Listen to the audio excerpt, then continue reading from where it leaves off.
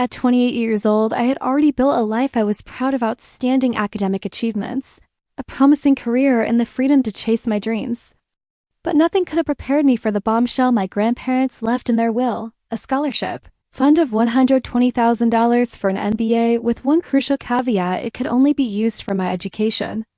While it should have been a dream come true, the reality of this gift was far from simple.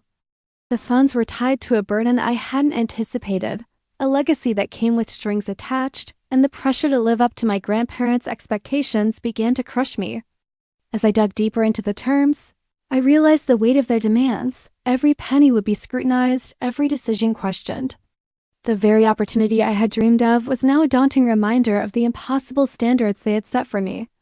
My family's strained relationship with my grandparents only added fuel to the fire, and soon, I was faced with the unthinkable: taking on this legacy or walking away from it all. The choice would shape my future in ways I could never have imagined. For most of my life, I felt like a shadow in my own family, overshadowed by my older sister Ashley. Known as the golden child, Ashley could do no wrong in the eyes of our parents. They showered her with praise, attention, and opportunities, while I was left to figure things out on my own. Growing up, I watched as Ashley was given everything she wanted, from lavish gifts to unconditional support, while my own achievements were barely acknowledged. As I excelled academically, my parents barely gave me a passing glance, yet Ashley's every need was met with open arms. The tipping point came when Ashley, at 35, and her boyfriend Nathan, 37, decided to buy a house together. Instead of the typical family assistance, my parents did something that rocked me to my core. They took the $120,000 MBA scholarship fund I had inherited from my grandparents, intended solely for my education, and handed it over to Ashley to help fund her dream home. My heart sank as I watched them justify it, claiming that Ashley needed it more because she was starting her life with Nathan. There was no discussion, no warning, just an unspoken assumption that my dreams, my future, were expendable for her comfort. This wasn't just a financial betrayal, it was emotional warfare. The money was never meant to support Ashley's whims or her lavish lifestyle. It was meant to help me take the next step in my career, to help me realize the ambitions I had worked so hard for. And yet, there I was, left in the dust, my hopes dashed, watching Ashley and Nathan celebrate their new home with the funds that were rightfully mine. The audacity of it all was overwhelming. I had spent my life working harder than anyone, proving myself time and again, only to be reminded that in my family, nothing was ever truly mine. I was just a pawn in a game where Ashley was always the queen. The anger boiled within me as I stood there, helpless, knowing that nothing I could say or do would change the fact that my parents had once again chosen her over me. It was supposed to be my chance, my future, secured by the $120,000 MBA fund from my grandparents' will, a gift that had come with a solemn promise to support my education. A promise that I now realized had been cruelly ignored. The moment I learned that my parents had taken the money meant for my graduate studies and given it to Ashley, my world shattered. It started as a simple question. I had been trying to make plans for my upcoming MBA application, and I casually asked my parents about the fund. But the answer I received felt like a punch to the gut. They told me that the money had been allocated to Ashley, explaining that it was being used to help her buy a house with Nathan. The audacity. The sheer betrayal was suffocating. I had worked my whole life, pouring my heart and soul into my education, striving for excellence in everything I did. All of that, every late night, every sacrifice, was supposed to be rewarded with the opportunity to secure my future. But instead, my parents had chosen to prioritize Ashley's superficial desires over my very future. I was livid. This wasn't just a financial misstep. It was a deliberate, heartless betrayal of the will and, more importantly, of my trust. I confronted them, my voice shaking with rage, demanding an explanation. But all I got in return were feeble justifications and empty apologies. They made it sound as if they had done me a favor by helping Ashley, as if her need for a home was somehow more urgent than my need for a career. My grandparents' wishes, my future, meant nothing to them in comparison to the image they had of Ashley as the golden child. I couldn't hold back anymore. I told them in no uncertain terms that they had dishonored my grandparents' legacy and crushed my dreams. This was more than just money, it was the betrayal of everything I had believed about family, about loyalty, and about the promises made in the most sacred of ways. As I stormed out of their house that day, the weight of it all felt unbearable. My future was in ruins, and I knew I would never be able to look at my parents the same way again. Devastated and furious, I knew that the situation couldn't be ignored. My grandparents' legacy had been trampled, and I couldn't allow my parents' greed to stand unchallenged. With every ounce of determination, I reached out to the one person I knew would understand, Mr. Thompson, my boss. He had always been a mentor, a source of unwavering support in my career, and his legal expertise was exactly what I needed. When I told him about what had happened, his eyes narrowed with recognition, and without hesitation, he offered to help. He guided me through the initial steps of gathering evidence, advising me to consult a legal team to investigate the financial transactions. But it wasn't just Mr. Thompson who would help me fight back. My Uncle Jake, who had always held a powerful position in the family, stepped in with a sense of urgency and authority. He had seen the injustice long before I even realized it, and his reputation within the family made him an invaluable ally. Uncle Jake immediately gathered a team of lawyers and forensic accountants to look into the financial records. The more we dug, the uglier it got. We discovered that my parents had been manipulating the fund for months, using a power of attorney they had somehow obtained to redirect the money. They had transferred funds into Ashley's hands under false pretenses, completely violating the explicit instructions laid out in the will. The evidence was damning. Every signature, every misused document pointed to a deliberate effort to circumvent my grandparents' wishes. The level of betrayal I felt was indescribable as the truth came crashing down around me. Not only had they stolen from me, but they had done it with full knowledge of the harm they were causing. The weight of this realization sank in like a stone, but I knew I couldn't stop now. With Uncle Jake's influence and Mr. Thompson's guidance, I was determined to take this fight all the way.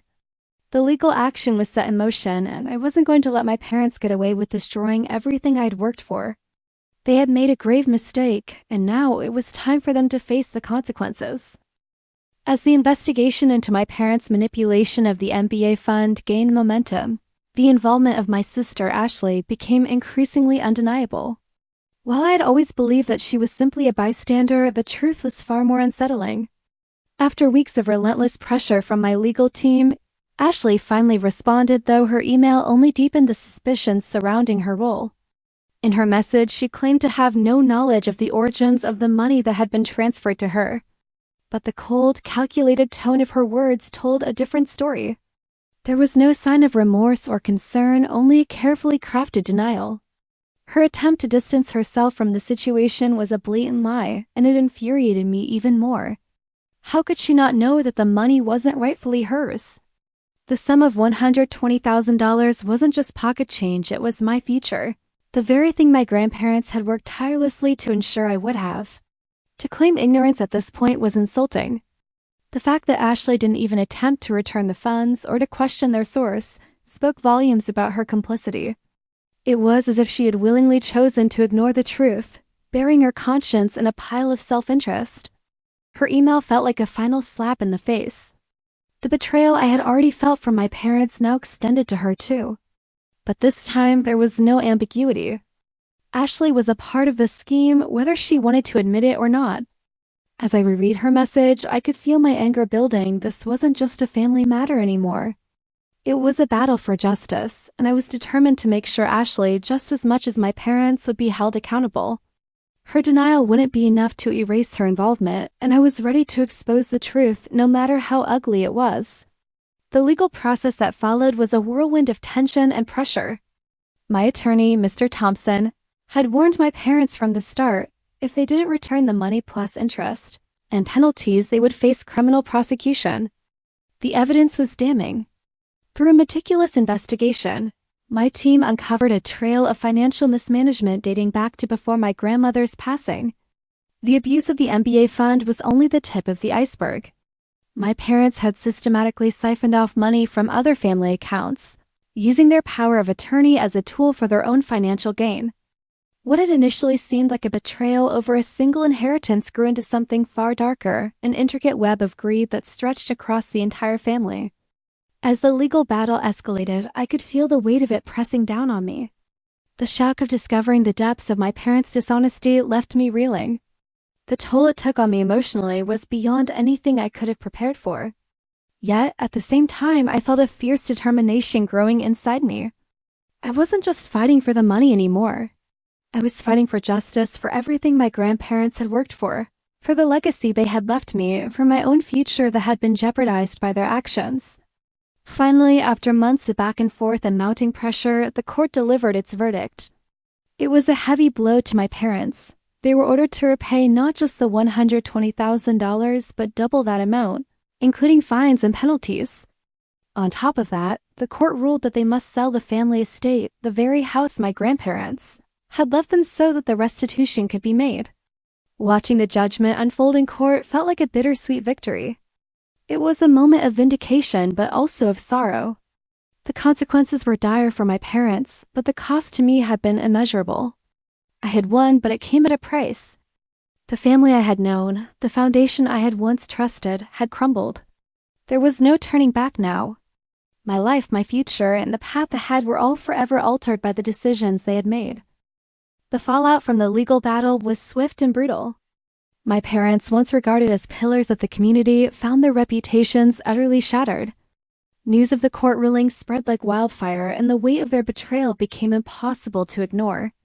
The people who had once admired and respected them now looked at them with disdain, whispers of fraud and greed trailing their every move.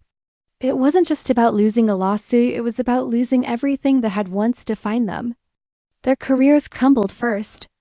My father, who had spent decades climbing the ranks in his company, was forced to resign in disgrace. His position as a respected financial advisor was now untenable. Who would trust a man who had stolen from his own daughter? Clients abandoned him, colleagues distanced themselves, and the network he had carefully built over the years collapsed overnight. My mother, who had been deeply involved in local charities and social circles, faced an equally devastating downfall. Board members quietly removed her from leadership roles, invitations to exclusive events stopped arriving, and once close friends avoided her like a plague. But the damage didn't stop there. The scandal seeped into every corner of their lives, poisoning relationships and isolating them from the very community they had once thrived in. Extended family members who had previously been supportive now kept their distance, disgusted by their deception. Neighbors who had once exchanged pleasantries now refused to meet their eyes. Even the people they had called friends were unwilling to risk their own reputations by associating with them. With their finances in ruins, their careers destroyed, and their social standing obliterated, my parents were left with nothing but the consequences of their own actions. The house they had fought so hard to keep, sacrificing my future in the process, was gone, sold to cover the massive restitution the court had imposed. Stripped of their wealth, their influence, and their dignity, they became outcasts in a world they had once dominated. For years, they had placed their own desires above everything else, convinced that they could manipulate and control without consequence. But justice had caught up with them. And as they faded into irrelevance, I felt no pity, only a grim satisfaction that, at last, the truth had prevailed. Justice had been served. The court's decision was final. My parents were held accountable for their betrayal, forced to pay back every cent they had stolen, along with substantial penalties and legal fees. Their once prized assets were stripped away, their home auctioned off to cover the debt, leaving them with nothing but the weight of their disgrace. The life of comfort and status they had built on manipulation and deception crumbled before their eyes, and there was no one left to save them. Uncle Jake, the one family member who had never wavered in his support, reassured me that I had done the right thing. He had seen too many cases where financial betrayal tore families apart, and he knew firsthand that justice, though painful, was necessary. His influence had been instrumental in bringing the truth to light, and for that I was endlessly grateful. Mr. Thompson, my boss and mentor, also stood by my side, offering not just words of encouragement but real opportunities to rebuild what had been stolen from me.